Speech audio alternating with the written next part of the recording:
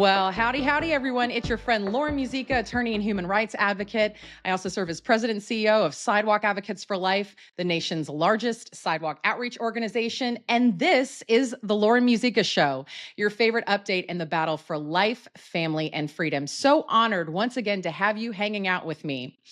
You know, I've often thought in the abortion battle, I wish that we could hear about abortion from someone that we'll never get to hear from, and that is the baby, the clear victim in this battle. Around the time that I began thinking about that a handful of years ago, a group emerged that stopped me in my tracks and changed the abortion debate forever. And that was the Abortion Survivors Network. Apparently, this is an ever growing group because sometimes, believe it or not, an abortion procedure fails more than we realize. And we are blessed and lucky in that to have an incredible, irreplaceable human life go on to live a full, beautiful life that they are deserving of. The leader of this group is none other than the famous Melissa Ohden, now a dear friend and colleague of mine.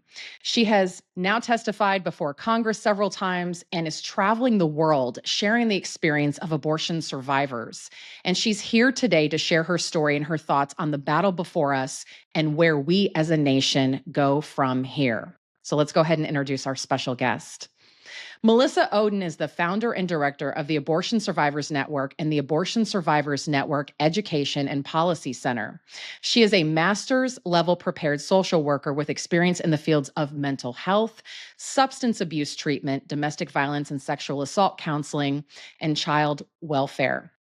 She is the survivor of a failed saline infusion abortion in 1977, which is documented in her medical records, medical professionals she has been connected with over the years, and even her birth mother, Ruth, has affirmed this experience. Like so many abortion stories, Ruth's and Melissa's were much more painful than anyone, including Melissa's adoptive parents, could have imagined. Ruth was forced to abort Melissa at the age of 19 and spent over 30 years believing that the abortion had been successful, that it had been completed. Melissa's survival and placement for adoption had been kept a secret from her. Melissa and Ruth are now a part of one another's lives. Wow.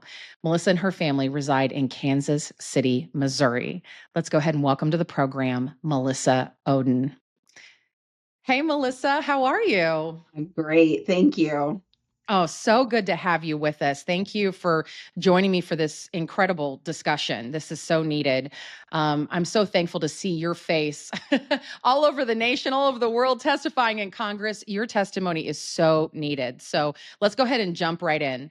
You know, the other side loves to say this is a made up thing, right? That abortion survivors really don't exist, that we don't even have a need for the, Born Alive Abortion Survivors Protection Act, which is before Congress right now at the time of the recording of the show, which we're going to talk about more here in just a minute. But what do you say to that, Melissa? It's dehumanizing.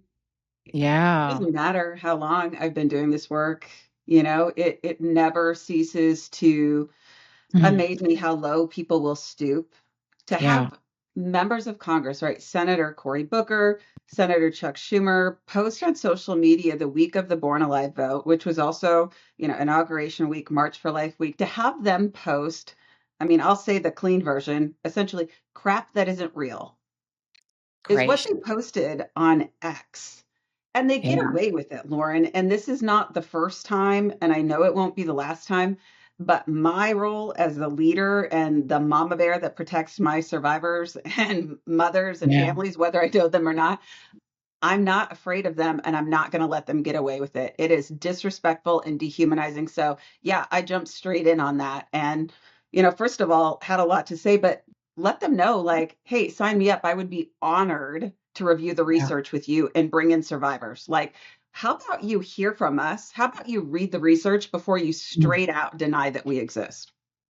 Unbelievable. I don't even know how someone can argue with your real human story, you know? Um, Take us back, Melissa, to the time that you found out that you were an abortion survivor. Like, what was that like to find that out? And then what did you do after that? Makes it all so painful Yeah. is not only being the leader of this organization that advocates for the people who are the intended victims of abortion and who, right, in many ways are victimized, even though we survive. Yeah. To put myself then in the shoes of the person who also was the victim and then be dehumanized, right? I sort of have like these layers every single day that I'm battling. And Mhm. when I am dehumanized, they are dehumanizing my parents who adopted me, afraid Mhm. of the truth hurting me. They're dehumanizing my birth mom. They're dehumanizing our family and clinic workers and all those people. And what I want is for them to have to sit in my shoes and remember what it was like to be 14 and Mhm. to be told by my mother that I survived an abortion. I grew up knowing I was adopted. Adoption was very much the fabric of my family.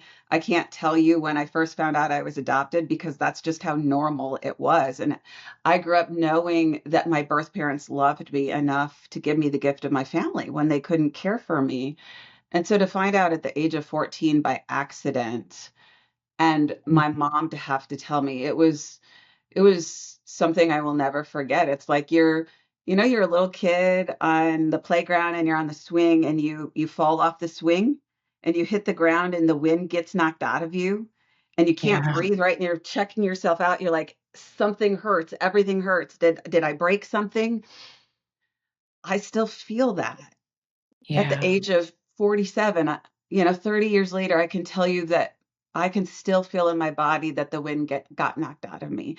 And so when they attack us, right, they're dismissing our pain. Mm. Yeah. Yeah. And why do you think, I don't even have this in my notes. This is just what's rising to the top of my heart right now. Why are they so threatened by you? Why do they seem so threatened by your testimony? What would you say to those members of Congress who would love to pretend that you don't exist or that you don't have a voice in this battle? I mean, we know the answer to that. Yeah. And that is that it's a slippery slope. Once you admit that there are people who survived abortion procedures, then you have to admit that it's not a clump of cells, it's actually a baby. So Right.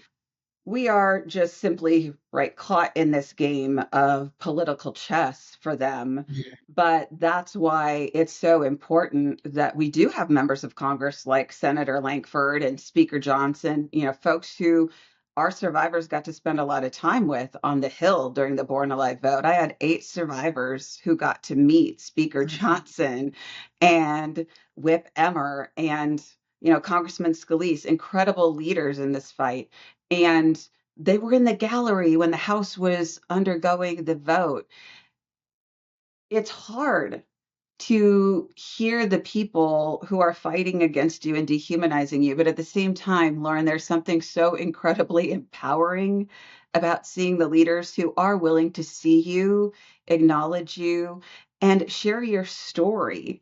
That Yeah. is that is where I think I have such hope right now. Something happened that week that I've never seen before. Yeah, absolutely. Well, I think what hits me is that you are the thing that just completely shoots down their argument, right? It's scary to them, their storyline, what they're defending. They can't look at you and not have their entire argument defeated, right?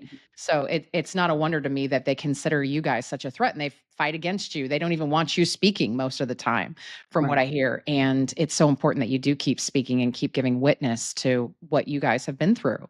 It's amazing.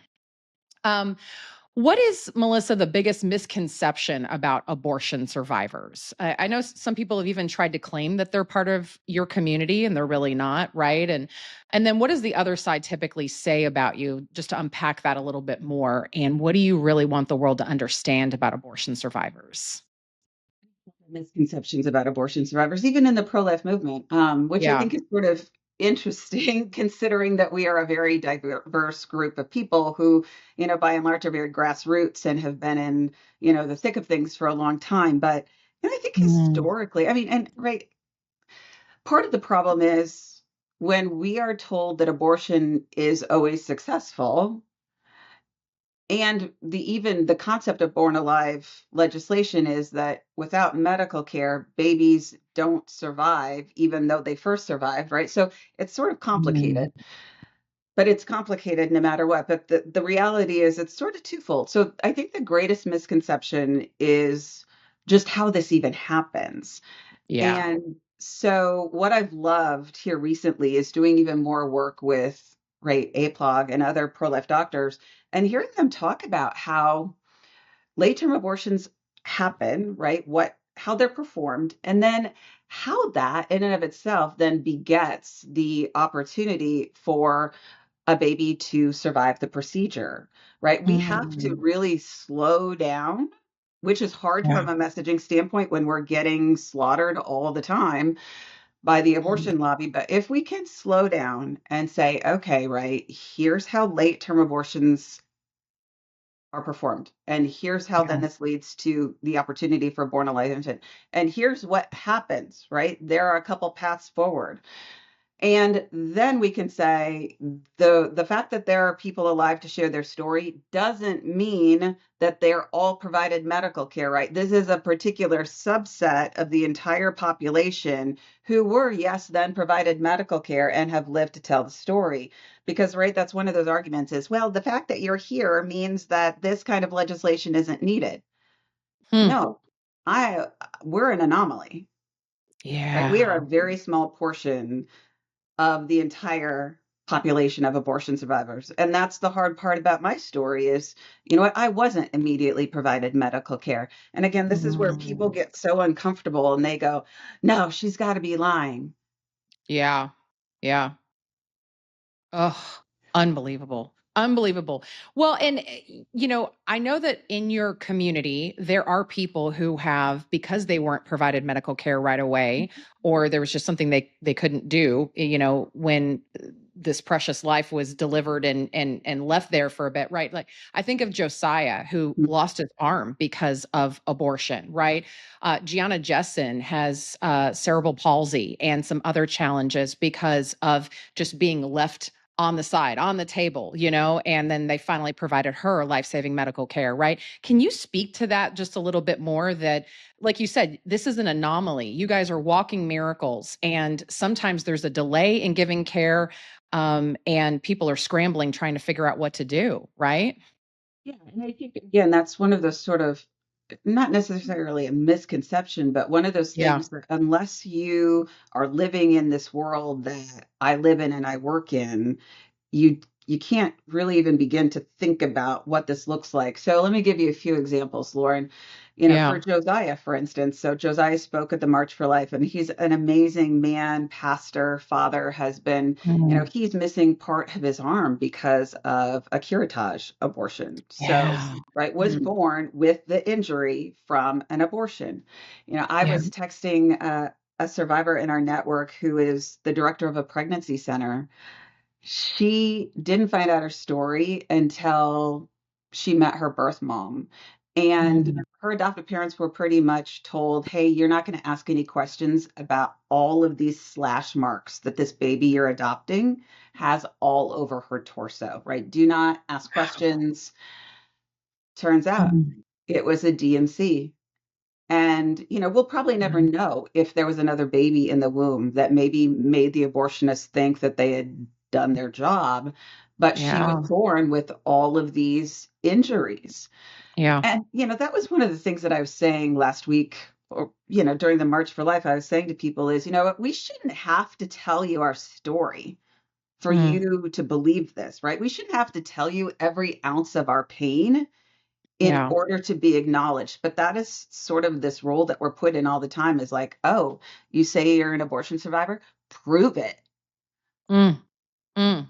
Yeah. It's ripping off our band-aids, right? Yeah. And the beauty in that for me as a leader is that with the right level of healing support and community support and just right ongoing attention that we provide as an organization, our survivors can begin to do some of this work, showing Yeah. up and sharing their story in their face. But it's really, really hard. I was talking to a mom early on in the week of the March for Life, the mom of, a little, I say little girl, she's 13. Sorry, girl, you're not little in your mind, but you are to me. She survived a late-term abortion performed at 27 weeks in Serbia, spent Wow. 6 years in an orphanage before she was adopted and brought to the United States. And you know what, Lauren, she looks just like you and me, right? When you would look at Yeah. her, but you would never know her internal struggles. Our Yeah. survivors who deal with, low self-worth, identity issues, suicidal ideations, right? All because we were rejected. Yeah. Whatever the circumstances were that our mothers were going through, ultimately we were rejected. And now Mm. we live in a culture that rejects us. Mm. Doesn't want to hear from you because it defeats their argument and they can't stand that. Defeats their worldview, right? And that's exactly why Mhm. you guys have to keep speaking. Wow. Yeah. Unbelievable. It's so much to get your mind around. And the Mhm. idea Yeah. too, So, yeah, right? the Yeah. survivor experience is very diverse. So Yeah. I see survivors who are surviving at every gestation, not just late term, right? That's why I say this Mm. is one subset of the population. Born alive legislation protects a very vulnerable part of the survivor population. Yeah. Those who are surviving late term abortions and are highly vulnerable to not being provided medical care. All in the name of like compassion, right? I'm seeing that Mm. now from the other side. They're essentially saying, this sort of legislation is so right incompassionate to families who are having that late term abortion because because there is something wrong with the baby. And so Yeah. somehow inducing labor and intending for them to not survive it or leave them to die is compassionate. Mm. There is not a single survivor, Lauren, in the over 900 that we have connected with where that was the experience, that they were aborted because of a health anomaly. Yeah. Yeah. But I see Absolutely. babies who survive chemical abortions at 6 weeks. We see, especially in today's world, we see babies who are surviving multiple rounds of abortion drugs, follow Mm. up surgical procedures. And every mother's experience is very different in terms of, how long did they spend thinking the abortion had been successful? And did Wow. they receive follow up care after that? Did they ever go to a pregnancy center? Did they tell their OB that they had had an attempted abortion? Were they Mm. put on bed rest? When they gave birth, did anybody know that there was an attempted abortion? By and large, no. Wow. Yeah. Really something to think about. And, it just occurred to me some people may be listening to this. They're not familiar with what the standard of care is in our various states when a baby is born alive after an abortion. Can you speak to that right now? I mean, obviously, this is before Congress. That's what we're talking about. And when we say the Born Alive Abortion Survivors Protection Act, right? There's legislation right now on the table. It's moved through the House, it's now in the hands of the Senate. But talk to us a little bit about state by state, this kind of piecemeal standard, so to speak, that we have across the nation, if at all, really, right? In many Yeah. respects. And, Yeah. again, that's sort of a common misconception, even in the pro life movement, is, people will say, well, didn't President Bush sign something in 2002 Mm. regarding born alive infants? And that is indeed true. President Bush did, but it was simply sort of a definitions bill saying, right, Yeah. babies who survive abortions are human beings, just like any Mm. other child. There was no teeth to that, no consequence for failure to provide medical care, and really Interesting. no no encouragement to report. And when you go back even to the 1970s and early 1980s, you can see that the CDC's abortion surveillance made it clear of like, right, there is no reason why you would want to be reporting the incidence of born alive infants. It's like reporting yourself to the IRS for an audit. Why would Mm. you do that? And so I need people to Right. understand it through that lens, is that for decades, the abortion industry and abortionists have known, like, we don't want the public to know this because, woof, there would be a lot of clamor about this. So Yeah. that takes us to 2002, definitions bill, no consequence. And then you start to see leadership at the federal level taking this up, and they needed to. But what people aren't Mm. thinking about is, it's been blocked over 80 sometimes, right, before Congress. And during that time, yes, babies have been still left to die. We have very few states that report out even the number. And then you see Yeah. those states who do. And Minnesota, under Governor Tim Walz, right, revoked that. So took Mm. away their born alive reporting, which did identify babies who were surviving abortions. And right, so therefore, no reporting, no consequence. And it's sort of Yeah. like this cycle continues, right? Of like, this doesn't happen. And P.S., we're not going to have any standard of reporting or care. So the people aren't going to live to tell their story. Yeah. Wow. So it's a Wow. huge need, huge need. Yeah. Yeah. Melissa, do you have like a ballpark idea about how much this happens across the United States? Like, I literally am getting flooded with memories right now. Like, as I've worked with, for example, Abby Johnson's Mhm. abortion worker ministry, and then there were none, talking to workers as they're healing, as they're taking their journey out of the abortion industry into the arms of the pro life movement, into the arms of Christ. And they're telling us, this happened in their facility, especially those who worked in late term facilities. So, do you have any kind of guesstimation, because the reporting requirements are so weak, if they're there at all, right, about how much this is really going on? It's really hard to get to the numbers when we know that we don't even get accurate abortion reporting stats. But I can Yeah, tell you it's fair. that that's part of what we're committed to as an organization, saying, let us try to find an answer to this. And so Yeah. the best answer we've gotten is by looking at other countries and their abortion failure rate. So people could go to our website, abortionsurvivors.org. Under the resources page, we have different spots of resources for moms whose abortions don't go the Mhm. way they plan. We have resources for medical professionals, adoption professionals, and we have a ton of research. And so when you go to the research page, you'll actually find the best research we have comes out of Canada. And they Mm. identify the number of surgical abortions that fail. And when our research associate, Elena, went through that data, she found time and time again that the surgical abortion failure rate in Canada was 0.21%. So when you think about Wow. late term abortions, that's a surgical abortion by and large. So 0.21%, pretty consistently, 0.20 to 0.22, but really lands on 0.21. Interestingly enough, Australia has a very similar failure rate of their surgical abortions. Hmm. Not surprising. So when you correlate that to the United States, a 0.21% surgical abortion failure rate looked like at the last reporting period 1,734 surgical abortion survivors in 1 year. Realize Wow. that doesn't include successful abortion pill reversal. That doesn't include at home attempt survivors. That doesn't include chemical abortions that straight up are failing. So the number is high. You're talking thousands of survivors a year. Yeah. And the number is consistently continuing to get higher. If folks look at Hmm. that research, right, that's one of those arguments that I typically hear from members of Congress. This doesn't happen anymore. Well, that's really interesting because if you actually look at the best research out there, the numbers keep getting higher and higher in recent Mhm. years in Canada instead of being reduced. And I think one of Right. the most impactful research studies for me this past year, and I know Christina Francis, Dr. Francis, has found it very eye opening as well, is that there was a study of second trimester abortions, second trimester.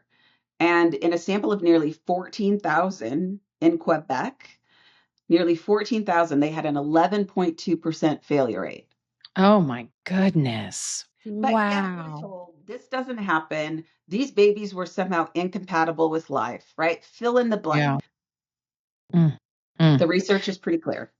Industrialized nation right there. Oh my goodness. Yeah. It's, and then the the next thought is how many of those babies received life-sustaining care? How many were just left to die, right? And we'll never Right. know the answer to that. So, Right. And, mm, in that particular study, I was honestly a little bit surprised that about 24% made it to the NICU. I mean, but isn't that awful okay. that I have to say that? That, ooh, Wow, I was happy with 24%. 24%. No, I'm not happy with it. Right. Should be 100%. But Right. frankly, I was a little bit surprised that it was as high as 24%. Interesting. But that also means on the flip side, like you're saying, about 75% never made it there. And you have some Mhm. big question marks as far as what was done right after that happened. I mean, I can tell Mhm. you as an attorney, like the at least the legal line, across industrialized nations is delivery. Like once the Mhm. baby is born, they're considered a person, right? But all of this is going on behind closed doors. And like you Right. said, it's not being reported. We have big question marks here. Wow. And why Just in anybody's right mind oh, would they think that a woman who is, if they want to play that card, that this woman is right. in such a state of duress, Mm, that they would then put the woman in the position to have to make a decision under a state of duress about this baby who was born alive, who she was told wasn't really a person. right. Mm. Wow. And that turns that whole narrative on its head. And I know a lot of women have had to heal from that, right? When they've been put in that Mhm. position too. They thought that they were told by Planned Parenthood, this is what it's going to look like. It's not really a baby, right? Even well into pregnancy, women are being told this. I can say that as a sidewalk advocate, right? And then when all of this happens, it completely dispels the lies, the myths that she's been told about abortion. So, and that's traumatic for her as well, right? Again, abortion is just such a it's an act that's shrouded so much in trauma, right? At every stage, you have to dehumanize something at some stage, in order to get to where we end up quite often as a nation, as a culture. Unbelievable. Um, Talk to me, Melissa, about survivors of the abortion pill, because now we have the advent of the abortion pill reversal. We know that in the two pill chemical abortion regimen, that when a woman takes that first pill, which is what breaks down progesterone, which is feeding the baby, feeding the pregnancy, there is a high failure rate with that, depending on the stage of pregnancy. And you count these folks as being part of your community, and rightly so. What are you hearing from this special community, this special group? I want people to know, as we're talking about this, we have an online community for moms to be a part of who are going through this because, it's so common. I know the folks on the sidewalk experience this. So many women who go through this think they're the only Mm, person that it happened to, right? And there's so yeah. much shame that I experience women going through because of it, right? Oh, I must be the only one. And right, survivors have that same sort of response. Oh, I must be the only Mm, one. I mean, that for me, that's the stuff that I get righteously angry about, honestly, Lauren, of like we live in a culture that is begetting a lot of the ongoing trauma for survivors and mm, moms because like if we could just have an honest conversation, then they could at least have that reduced down and we could deal with some of the other yeah. trauma. But instead, everybody's sort of dealing in their own silo of like, I'm the only one. So we have an online Mm, community. Folks can contact us. The easiest way is to email us info@abortionsurvivors.org. Folks can be added to our online community, whether they're a mom, an adoptive parent, a survivor. Um, but I tend to find in this particular population of moms, they're finding out very quickly in the pregnancy that it wasn't successful. And so yeah. what we have actually found has been very hard for me as a leader because what I found is they have a lot more time to be pressured into having another abortion with that abortion survivor who's already undergone something painful. And that woman is going to have more trauma the more abortions that she has. And I think we would be so saddened if we could really recognize how many abortions are taking place in one pregnancy. Yeah. Wow. Absolutely. Absolutely. So important to know. Yeah. And I mean, I remember listening to you at an event. I want to say it was the Pro-Life Women's Conference, and it hit me. Wow, this is a big group. This is Mm. an ever-growing group. Those who have survived the abortion pill. I'm so grateful for the option that Heartbeat International has given to people, with chemical abortion being the most popular form of abortion in the United States. I mean, we're handing the abortion pill reversal news out like candy. It's now part of the gift bag that we hand to women who are going into the abortion facility. This is such a wonderful thing. But, quite often the mom, the child, when they found out that this was maybe part of their story, there still needs to be healing on the other side of this. And just as you're alluding to so well, and that's why I'm so glad that you guys are there, ready to receive these moms and these families and helping them kind of work through that. I know we've got a very popular speaker in the movement, Becky Hagan. I know she's been with Heartbeat International and Vitae Foundation, and travels the country sharing her story about her son, Zachariah, that survived the chemical abortion regimen. And I know she's talked about a lot of feelings that have gone along with that. What if it had gone the other way, right? Zachariah is here, is now part of your community, right? But there's some things to work through in that regard. And again, you guys are just providing such a beautiful service to receive families on the other side of that, celebrate life, celebrate this option, but also to work through those difficult feelings that led her to that decision in the first place. It's so important. Impacts them, right? Yeah. We often hear from moms who even have gone through APR and, celebrate Mm. the fact that their baby survived. It brings them so much joy, but at the same time, it doesn't undo the trauma of the abortion and the guilt and the shame that they feel for that. Yeah. And, I can still remember a mom about a year ago had reached out and said, I gave birth to my baby after Mm. successful abortion pill reversal. And you know what? I'm overjoyed, but I thought I was doing okay. And then Mm. when I came face to face with her, I now realize what I did. Yeah. And it's so important, especially in our world that wants to say, hey, abortion doesn't have an impact. You can just move on. It's sort of like we all as organizations have to double down to say, no, you know what? It does impact you and it's okay to talk about it. You're not Yeah. abnormal. You're not weird. Okay. This is actually normal to still be Right. impacted by it. Right. Right. No, I love that. And I think about the healing ministry, really, that you guys are providing to this community and beyond, right? It's so important, and helping people to know that they're not alone and being able to work through that and find freedom in Christ, too. So beautiful. Mhm. Um, as we close out here, I wanted to ask you a little bit more about the Born Alive Abortion Survivors Protection Act that's before Congress right now. When this show airs, there might be a resolution to it already, but at least at this juncture, your thoughts, as it's, I believe, now in the hands of the Senate. And then, Melissa, where do you see us going from here? We're post Roe America, what is it, 2.5 years after the Dobbs decision. How do we get closer to an abortion free America from where you sit? Ooh, how much time do we have? We saw that, we would have done it, right? That's a big um, question. It's a big question. Yeah. Yeah, I'll start with I don't know if it's the easier part of the question, but what comes next on Born Alive? Obviously, Mm, votes matter. They mm, do, right? Our votes matter. And, seeing how this is going to work its way out in the Senate, those votes do matter. But for me, Lauren, I have two main thoughts. I mean, first of all, I had more survivors on the Hill than I ever have. And mm. so seeing what happens when we're on the Hill, like I'm going to do that more and more and more. Not that I was never like not interested, but I think everybody else is starting to see like, whoa, these people really do exist. And right, there's Yeah. something impactful. So you're going to see us on the Hill more.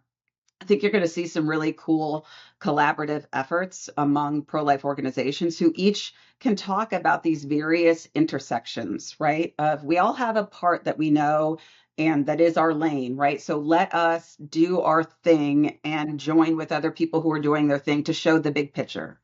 That's magic. It's Yeah. beautiful. Yeah. But I think what we're going to see is more opportunities to have conversations about this. Any bill Mm, is an opportunity to educate. So the yeah. more they, try to keep us away from knowing the truth and people hearing the truth, the more we're going to have an opportunity to educate. And we're Yeah. going to get there. And I think, the huge Awesome. piece is Democrats who, by and large, vote against Born Alive and dehumanize us. There's one pro-life Democrat, shout out to Henry Cuellar out of Texas, who continues to vote for Born Alive legislation. And so I want to give a shout out to the Democrats who do vote for it and figure out ways to build bridges to other Democrats and help them hopefully understand that this is not a partisan issue. Yeah. Yeah. This is a human issue. Bottom line. I can't even believe. I mean, the vote that was taken in the US House of Representatives to see that it was pretty much down party line. I looked at that entire party and look, I'm not even meaning to make this about Republican or Democrat. It's been made Right. as a Republican Democrat issue. It's so sad to me because this is common sense. Why would you not provide this? And if you feel like it's redundant, so what? Why would you not stand on principle and say, Right. this is part of the fabric of our nation to stand with life?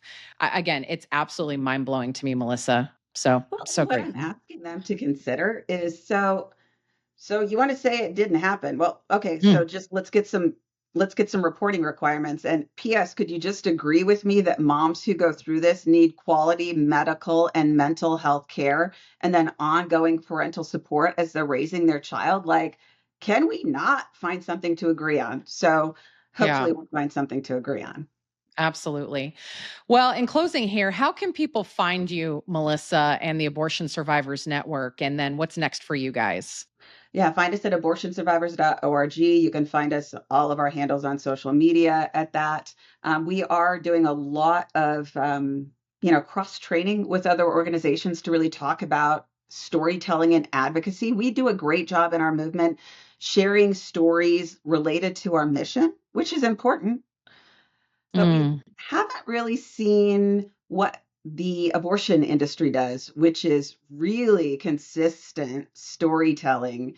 And they have a lot of organizations that feed the cycle, yeah. right? They open the gate, Yep. share your story, and that's what happens. And it's difficult for us in the pro-life movement because we love the people who've been hurt, but we can do all Yeah. those things. So that's what you're going to see us working on more. We're launching an initiative with Choose Life Marketing called My Mm, Body, My Voice, where we're going to share the stories of people whose experiences don't fit the predominant cultural narrative of abortion and start to yeah. really encourage people to have some cognitive dissonance about where they stand on it.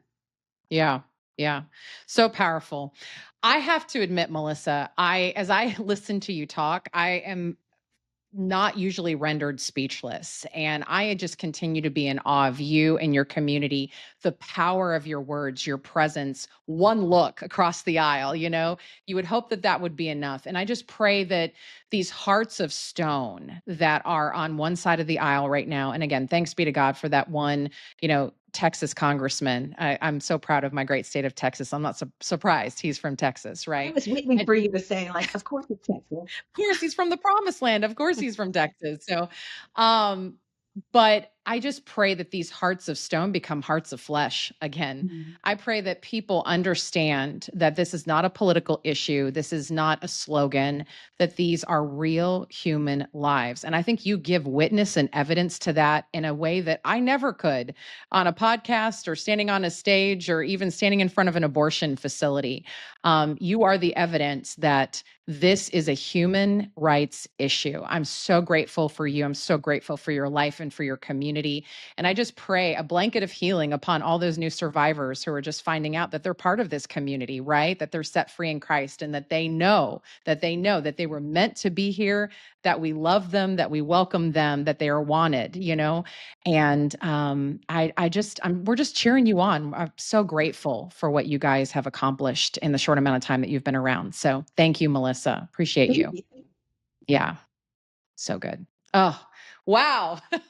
What a powerful testimony. And folks, I hope that you will share this podcast far and wide, not for the sake of the Laura Musica show, but for the sake of Melissa's voice, to give evidence to the fact that this group exists, that we do get to hear from the baby, right? So powerful. Well, closing thought.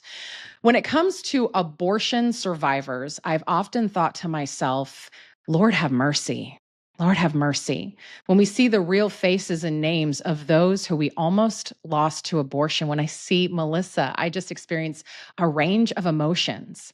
How can we as a country, as a human race, say that abortion is okay? How can we look at Melissa or anyone else in her community clearly irreplaceable and say that for the sake of choice, that they shouldn't be here? Oh, I remember watching an episode of the old Hannity and Combs show. I don't know if some of you remember that years ago used to be on the Fox News network. The show was set up as a debate between conservative Sean Hannity and liberal Alan Combs. And famous abortion survivor and speaker Gianna Jessen came on to share her story. And when it was Alan Combs' turn to interview her and to say something, so Hannity had just finished, passed the baton to Alan. He looked at her, and I remember having a moment. I was like, oh my gosh, this guy is an ardent supporter of abortion. What is he going to say to her, right? How do you argue with Gianna? She is a living witness to what is so wrong about his line of thinking. And I remember when it was his turn to speak, all he could do was look at her and just thank her for her very personal story. I mean, again, what do? You look into her eyes and say, what? You still believe in choice?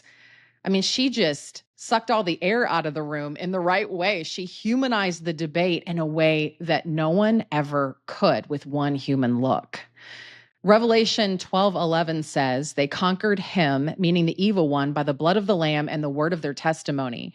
Real human story. Again, it's so hard to argue with. What is Planned Parenthood going to say back?